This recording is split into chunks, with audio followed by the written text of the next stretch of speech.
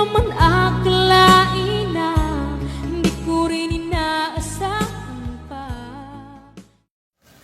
Narito tayo ngayon upang matunghayan ang nagiinit, nagbabaga at talaga namang usap-usapan at nagtitrending na latest issue ni Ate Erica. Sa pagpapatuloy ng ating istorya ay pinagtatanggol nga ni Kalingap Val Santos Matubang si Tatay Miguel sa mga bashers. Lalong-lalo na sa mga nagpo-post about sa kanila na ayaw daw nilang manahimik.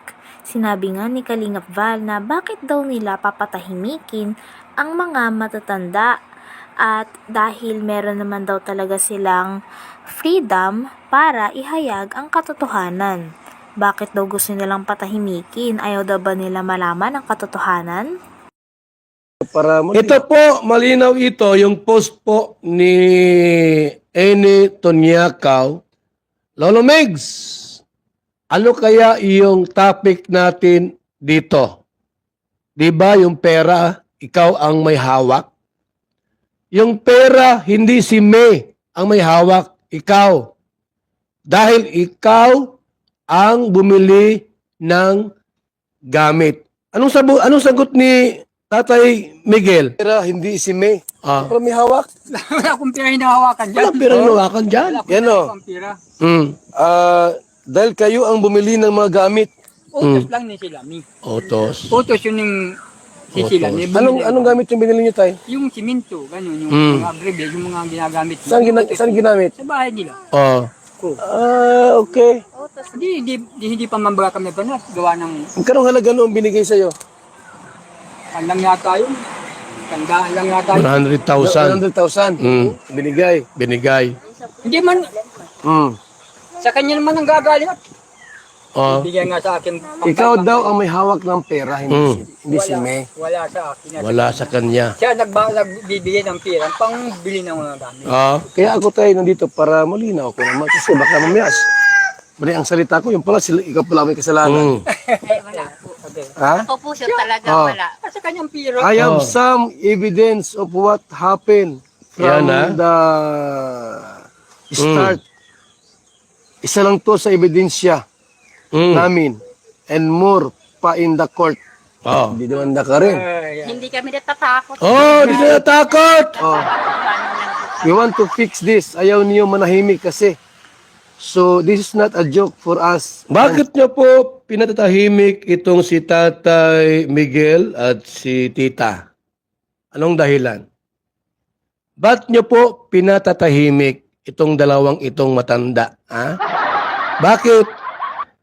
Ayaw yung mabulgar ang katotohanan sa nangyaring ito? Kaya pinatatahimik ninyo? Tuloy natin. Sorry ha, need ko na po kasi magsalita. Sumubra na kayo kay Erica. Alam mo ka, Beget, yan? Kami pa po yung Nung hindi pa si Mrs.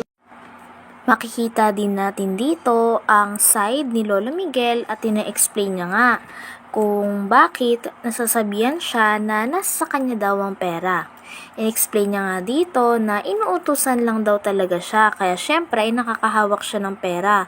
Ngunit ang pera ay nanggagaling talaga kay Sheila May na kapatid ni Ate Erica. Itong dalawang itong matanda, Bakit? Ayaw yung mabulgar ang katotohanan sa nangyaring ito? Kaya pinatatahimik ninyo? Tuloy natin. Sorry ha, need ko na po kasi magsalita. Sumubra na kayo kay Erica. Alam mo ka, Beget, yan? Kami pa po yung Nung hindi pa si Mrs. na hospital, ako ang inuutosan nila at wala man silang alam. Yun. Sa pagbibili ng mga ng steel bar, simento, graba, buhangin. Binibigay mo sa akin ang pera. Ako natin, simple ako nagkuhan sa sa hardware. Yun. At simple, ako talagang nagbabayad sa hardware. Napirma ako dun. Pero sa kanilang gagaling ang pera. Ganun. May prueba naman din po kami kung yung kanina pera. Kahit tiyahin ko kapag salita.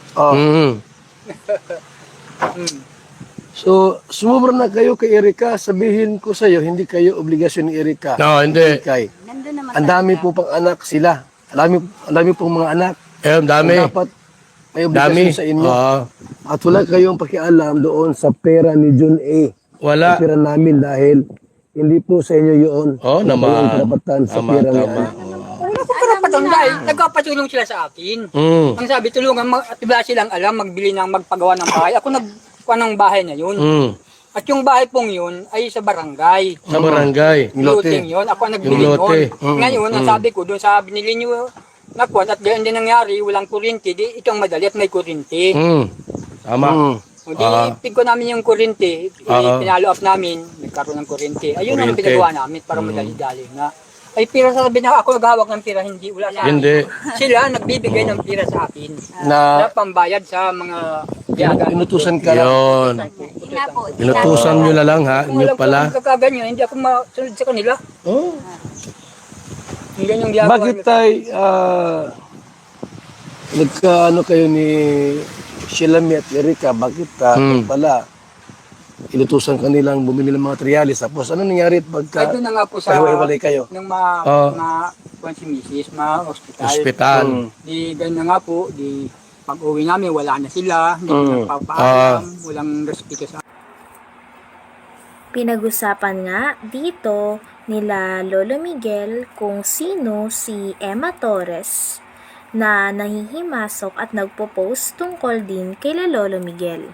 Sinabi naman nila Lolo Miguel na maging sila din daw ay hindi kilala talaga yan dahil nakilala lang daw yan ni Sheila May na kapatid ni Ate Erika at kausap niya at kasabuatan niya pa sa pagbawi ng pera kay Kalinga Prab at kinausap nga din nila si Sir Jun A. Yung sinasabi niya, meron din katotohanan. Kaya pumunta ako dito. Hindi po kami natatakot, Kuya Bal. At ang Nakakatotohanan lang totoo niya, tututusan niya ako. Inutusan. At marunong akong magkuhan sa... Hardware. sa Yan Kuya Bal, babae na yan. Ito yun. Opo, yan. Nako. Yan. Yan ha. Oh, yan, Opo, yan. yan. Yan, oh. Ganda. Kalinga po. Siya no. Butog yun masyado. Butog ka daw. Sinungaling. Yan po Kuya Bal. Hindi ako may sabi niyan, Ento Nyaka, wag ka magalit sa akin ha. Si Lolo Miguel ang may sabi niyan, hindi ako. Butog ka daw. Ibig sabihin ng butog, sinungaling. Hindi ako may sabi, si Lolo Miguel. Araw po yung kausap ni May, umaga, gabi. Yan, mukha na yan. Yan. Gawa ko ng thumbnail. And Tanyakaw Torres Butog. Huwag kang magalit. Hindi ako may sabi niyan, yung tiguang. Tiguang. Itong babaeng ito ay pumasok sa buhay ninyo. Pumasok, kialam. Wala po eh. Sila May. Halongkat niya Sino ba ito? Si Meteoris po yan. Kilala niyo ba ito? Kung Jenny Torres daw. Di na Torres yan, Tanyakaw na yan. Hindi ko pa nga nakita. So, Personal. Yan. Ngayon ko lang nakita. bakit ano, nakialam sa buhay ninyo? Yun lang. Lagi po kausapin. Marites ay. Si Sheila Ano? May. Marites yan. Sira-siraan kayo. Hindi ko po nakikita. Ngayon lang yan. Ayun lang. Ha? Tanong, bakit pumasok sa buhay nindo? Hindi niya alam. Alam ko. Marites. Pero hindi legit. Ako po mga kalingap, mga kaibigan, ako po ay Marites. Sabi ng iba, Kuya ba, ba't nagkikaalam ka dyan? Marites ako ay. Ako'y chismoso. Pero legit akong chismoso. Igwa ako nito, oh. Yan, oh. License to Marites. Mahalaga ini. Ako magka-radyo digdi sa daet. Igwa ng registration. Lahat ng mga Marites na reactor, nabigyan ko nitong mga lisensya. Number 1, si Bopel. Number 1 Marites yan ay. Tapos si CelTV PH. May mga license to Marites yan.